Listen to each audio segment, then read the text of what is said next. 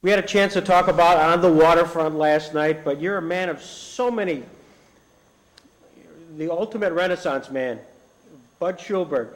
And I thought I'd just throw out some names at you of people whose lives you passed and just give us an anecdote or two. And I'll start with F. Scott Fitzgerald.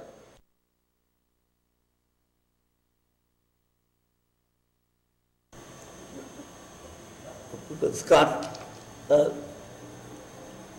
just got out of trying to make it brief because it was a long story that finally filled a fairly long book. But It's okay.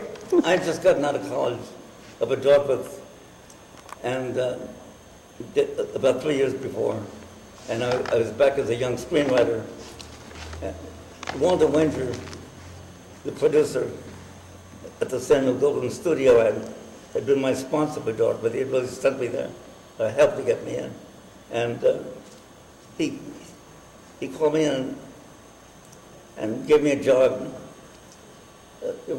writing a movie about the winter carnival. And so I did about 40 pages or so. And Walter didn't like it very much.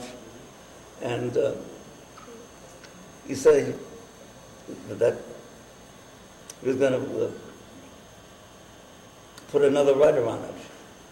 And I didn't like that idea so much. Writers never do, but I said, who was the other writer? And he said, it's Scott Fitzgerald. And I truly thought they were just pulling my leg. For one thing, I thought somehow I got the impression that Scott had died. And so I did. I just said, Scott Fitzgerald, you're kidding me, Walter. Scott Fitzgerald is dead, it's me. And he said, not at all. He's right in the next room reading his script. So I went in, and Scott was just finishing the last page. And that's how I met him. And he looked up at me and said, well, he said, I don't think it's very good. And I said, Mr. Fitzgerald, I don't think it's very good either. and we started to work together. And it's sort of a long story. We went out for lunch, and because I was fascinated with him. And I said, my God, I never thought I'd be at a table having lunch with Scott Fitzgerald. And he said, well, I'm amazed that you even know, I'm surprised that you know who I am. And I said, my God, I read all your books in college. I started writing about the 10 Rivers of Night. Still one of my very favorite books. I have it on my desk here. Sometimes I just open it and start reading. It's marvelous. And he told me that day that all his books were out of print. And he asked me how much do you think my royalties were last year. And I said, I thought it must be low, so I said, I don't know, $500. And he said, last year, my royalties were $13.80. So that's how we started. We went off on this weekend that was a disaster, absolutely a disaster. I can't go into all the details, but we both sort of fell apart. Scott got very drunk. It was sort of my fault. My father was very literary, and he was excited about Fitzgerald, even though the town was pretty much turning their back on him, and Windsor was giving him kind of like a last chance. But my father brought 2 big bottles of Magnum, bottles of Mum's champagne to the plane. It was a trip that Scott did not want to take. He argued against it. Windsor was taking us up to the Winter Carnival.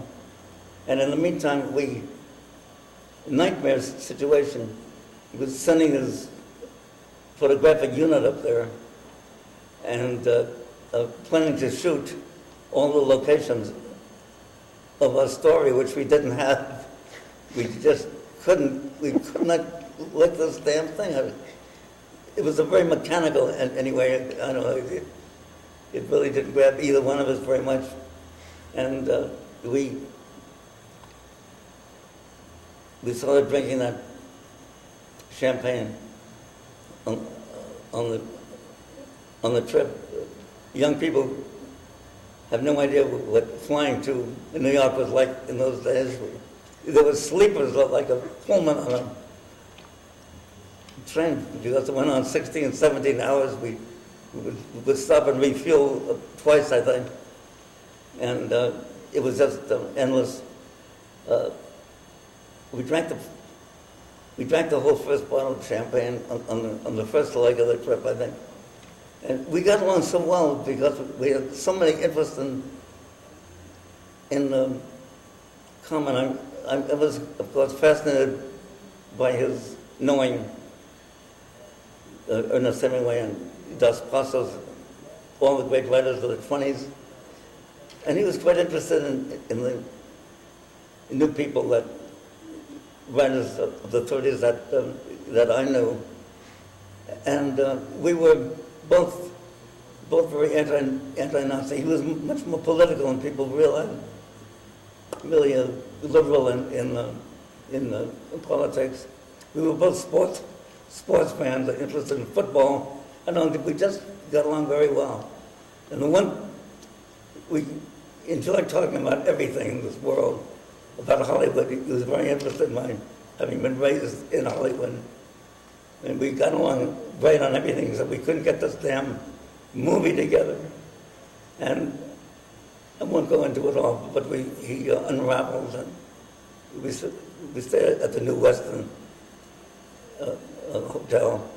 no, at the Warwick Hotel. Every time I go by, I still look at the 10th floor, a little sort of a fake balcony. I still look up at that room where we went through hell. And he did get drunker. He found, it's almost too long to tell. But you ultimately ended up with his Social Security card. Hmm? You ended up with F. Scott Fitzgerald's Social Security card. Yes, I did. How did that happen? In some crazy way, we got off on the train, another nightmare, because Wendy was pushing us. When you get off the train, the camera crew director will be waiting for you, and you've got to give them your setup of the story backgrounds, which we still did not have. And we stood up and talked about it.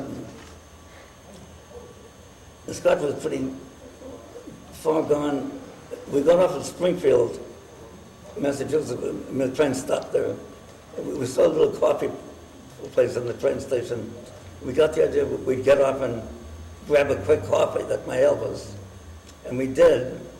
And at the counter, Scott stumbled and almost to his knees, and these things fell out of his pocket, including his check for $1,500.